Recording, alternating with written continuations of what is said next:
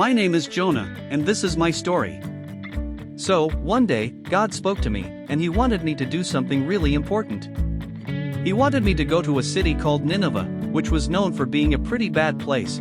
I was nervous and scared, so I tried to run away from what God asked me to do. I thought I could just jump on a ship going to another city, Tarshish, and forget all about it. But boy, was I wrong. As soon as the ship set sail, a massive storm came out of nowhere. The sailors were terrified, and deep down, I knew it was my fault for trying to run away from what God wanted me to do. When the sailors found out I was the reason for the storm, they asked me what to do. I told them to throw me into the sea, thinking that maybe if I did that, the storm would stop.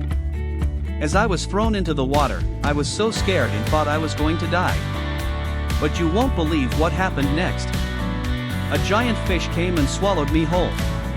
It was dark, wet, and smelly inside that fish's belly, but somehow, I was still alive. For 3 long days and nights, I prayed to God. I apologized for running away and thanked Him for saving my life. God heard my prayers, and He was so understanding.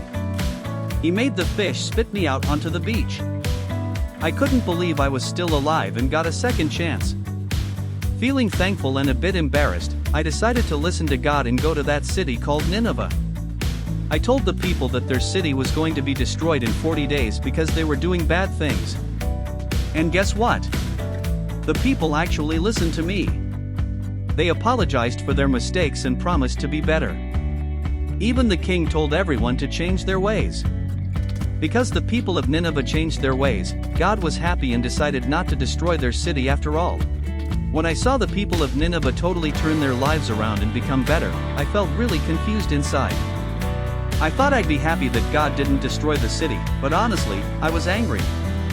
I was so focused on their bad actions that I couldn't see that they could change for the better. I told God, I know you're a loving and patient God, but this is hard for me to understand. I just can't handle seeing you show kindness to people I thought were my enemies. My anger was taking over, and I just wanted to run away again. So I left Nineveh and built a shelter to hide from everything. One day, God made a vine grow over my shelter, giving me shade and comfort from the hot sun. For a moment, I felt happy. But the next day, a worm attacked the vine, and it died. Then, the sun beat down on me again, and I felt like giving up. In that moment, God spoke to me and said, "You cared about that vine even though you didn't help it grow. It grew quickly and died quickly." But there are so many people in Nineveh, more than 120,000, who don't know right from wrong, and they have animals that need care, too. Shouldn't I care about them? God's words hit me hard. I realized that I had been blinded by my own negative feelings and couldn't see how awesome and caring God is. I felt sorry for my anger and cried, knowing that God's love is for everyone, even those I thought didn't deserve it. I learned one super important lesson from my adventure: we can't run away or ignore what God wants us to do because His plans are always bigger and better than ours. His love and mercy have no limits. My story shows how God never gives up on us, even when we make mistakes. He wants everyone to experience His love and forgiveness, just like He did with the people of Nineveh. God taught me that just like the vine that gave me shade and comfort, we should try to show God's love and kindness to others, even to those who we might not get along with. It's all about sharing God's compassion and forgiveness with everyone, no matter what.